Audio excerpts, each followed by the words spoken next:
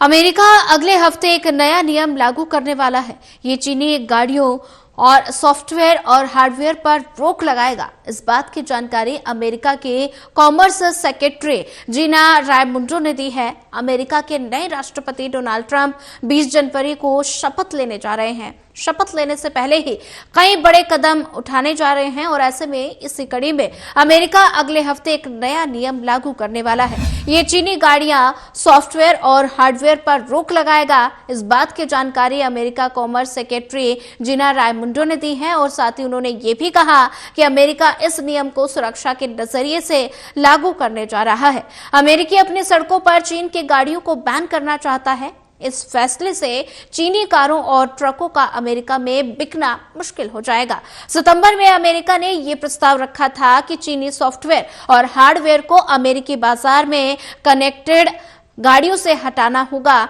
इससे चीन की कार कंपनियों को अमेरिका में अपने प्रोडक्शन बेचने में मुश्किल होगी।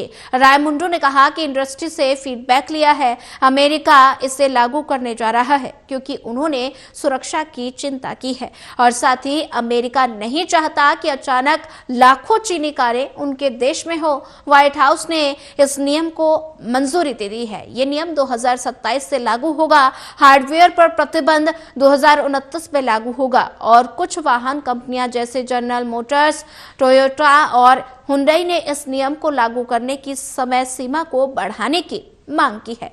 इसके अलावा अमेरिका ने चीन से आयात होने वाले सामानों पर भी टैरिफ बढ़ा दिए हैं और ऐसे में इसमें इलेक्ट्रॉनिक वाहनों पर 100% फीस और बैटरियों पर भी फीस और बढ़ाएगा। साथ ही नए चुने गए राष्ट्रपति डोनाल्ड ट्रंप ने 20 जनवरी में कार्यभार संभालेंगे और ऐसे में उन्होंने ये भी कहा कि वे चीनी कारों को अमेरिका में बिक्री से रोकना चाहते हैं। अगर चीन और अन्य देशों के वाहन निर्माता यहां आकर कारें बनाना चाहते हैं तो अमेरिका में फैक्ट्रियां खोल सकते हैं और अमेरिकी लोगों को काम दे सकते हैं। भारत में भी इलेक्ट्रॉनिक वाहनों पर नजर रखी जा रही है। ये बाजार तेजी से आगे बढ़ रहा है। इसे लेकर कई कंपनियां और सरकारें लगातार कदम उठा रही हैं। कॉरपोरेशन और धनी लोगों पर टैक्स को कम करके ट्रंप के प्रस्तावों से एलन मस्क को स्पष्ट लाभ मिलेगा। इसके अलावा नवनिर्वाचित राष्ट्रपति ने कहा कि अपने दूसरे कार्यकाल में वो सरकारी संसाधनों की बर्बादी को रोकने में